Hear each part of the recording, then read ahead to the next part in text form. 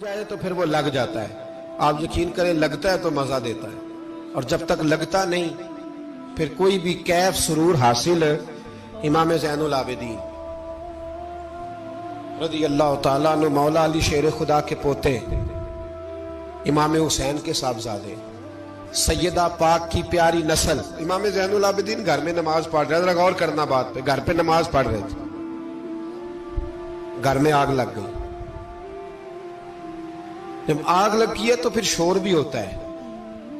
کچھ لوگوں نے شور مچایا، آگ آگ آگ. دور دراز سے لوگ دوڑے. آپ کا ایک چھوٹا بچہ بھی پاس سویا ہوا ہے. آگ لگ گئی، آگ لگ گئی، شور ہو رہا. دور دراز سے لوگ پانی لے کے دوڑ رہے ہیں، آگ بجھائی جا رہی. امام صاحب نماز پڑھ رہے ہیں. حکم ہے کہ ایسی ایمرجنسی دیکھو تو نماز توڑ دو، پر اس کے لیے جو دیکھے ہی نہ، جسے سوجے ہی نہ ہو کیا رہا. امام زین العابدین پڑھتے رہے. نماز مکمل ہوئی تو آپ کی زوجہ کہنے لگی اللہ آپ پہ رحم کرے، گھر میں آگ لگ گئی تھی، سارا محلہ، سارا گاؤں، سارا شہر ٹوٹ پڑا، بچہ سویا ہوا تھا، آپ نے توجہ ہی نہیں کی. تو آپ فرمانے لگے ہلکی سی بن بنا، پر میں اللہ کی نماز پڑھ رہا تھا، پر میں اپنے رب کی، میں اس کی نماز پڑھ رہا تھا. تیرے عشق کی انتہا چاہتا، تیرے عشق کی انتہا چاہتا، تیرے عشق کی انتہا چاہتا.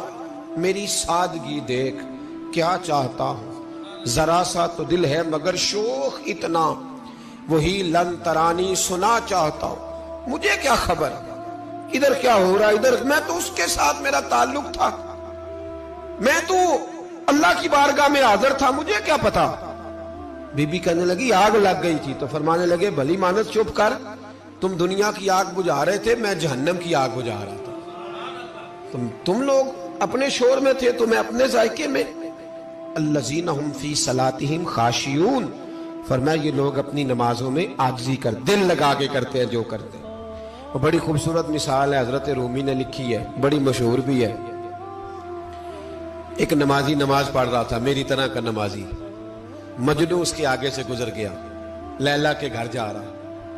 تو نمازی اتحیات پہ تھا، اتنی دیر میں اس نے بھی نماز مکمل کر لی. تو پیچھے سے جا کے مجنو کا گریبان تھاما، کہنے لگا شرم نہیں آتی تجھے، مسئلے کا نہیں پتا، نمازی کے آگے سے نہیں گزرنا چاہیے.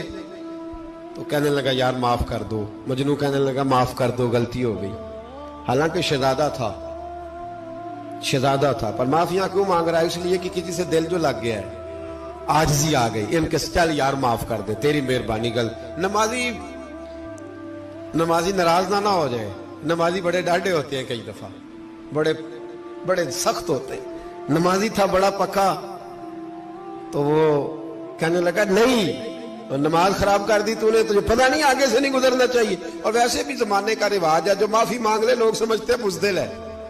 یہ بھی بڑا مسئلہ ہے. آپ تھوڑا سا کہہ دے کہ جب دیکھی جائے گی جو ہوگی، لوگ سمجھتے ہیں نہیں ہے دم کم. معافی مانگ لے سامنے والا بگڑ جاتا ہے، الا ماشاءاللہ. لیکن اس کا مطلب یہ نہیں کہ ہم معذرت کرنی چھوڑ دیں. وہ اگر بری عادت پہ ہے تو ہم نے اپنی اچھی عادت کو قائم رکھنا ہے. تو کہا جناب معاف کر دے. تو نمازی کہنے لگا نہیں تجھے عقل نہیں ہے، نمازی کے آگے سے نہیں گزرنا چاہیے. پھر مجنون نے بڑی بات کر دی. پھر ایک عاشق نے عاشقوں والا جملہ بولا، بڑی بات کی. کہنے لگا یار نمازی، میں تو معافی مانگ رہا ہوں، تو نہیں دے رہا، چل ایک سوال کا جواب ہی دے دے کہ میں تو عورت کے عشق میں جا رہا تھا، مجھے تو نظر نہیں آیا کہ تو نماز پڑھ رہا ہے. میں تو بی بی کے عشق میں تھا، مجھے تو نظر نہیں آیا. تو بتا، تو رب کے عشق میں تھا، تو مجھے کیسے دیکھ رہا تھا، میں تجھے کیسے نظر آیا، حالانکہ تو اللہ کے عشق میں کھڑا تھا. مالک حقیقی کی محبت میں تیری میرے اوپر نظر کیسے پڑ گئی، میں تو عورت کے عشق میں تھا. اب نمازی صاحب شرمندہ ہو گئے. مجنو کہنے لگا آج کے بعد جب رب کی بارگاہ میں کھڑے ہونا نا، تو والذین آمنوا اشد حبا للہ، پھر نماز کے لیے نہیں.